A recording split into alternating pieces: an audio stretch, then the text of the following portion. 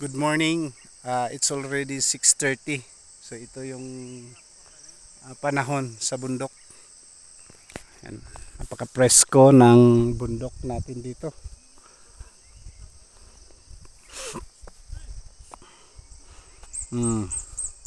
Yung mga pugs. Wow. Ganda ng forest. So nasa tuktok ng bundok po ako ngayon. At ito part ito ng Maitom. Ayan. Ayun, makikita klaro ba ang dagat. So dito mayroong mini forest. Forest pa talaga ito. Yun. Diyan kami natulog.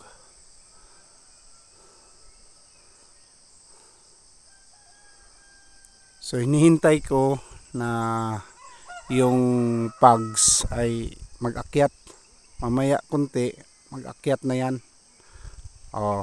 Yan o, kung napansin nyo, nagsimula na. So ito yung napakagandang tanawin dito kapag umaga, kasi yung pugs maakyat na pataas.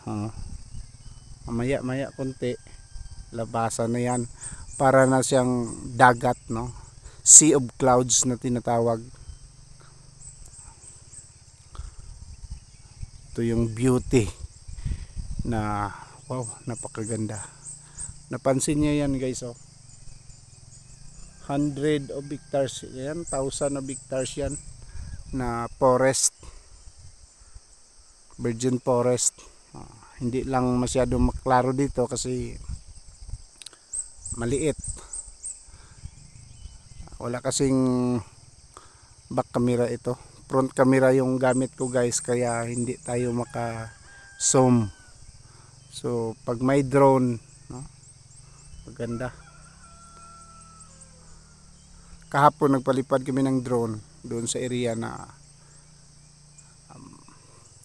napaka sarap tingnan. Dito kape. So shout out sa lahat ng mga adventurist dyan. Puntahan nyo ito. Matatagpuan ito sa Ned Lake Cebu, South Cotabato. Ned Lake Cebu, South Cotabato. Pero iyan, dyan, banda na area is Maitom na yan, Sarangani Province. So, good morning. Ayan na naglinabasa na. Nagsisilabasa na yung mga pugs. Maya konti makikita na natin ang Sea of Clouds. So update ko kayo mamaya, no, pag lumabas na. Ayan. Sa mga hindi pa pala nakasubscribe sa ating channel, pag-subscribe ay isang malaking tulong na po para sa akin. Salamat po sa inyong lahat.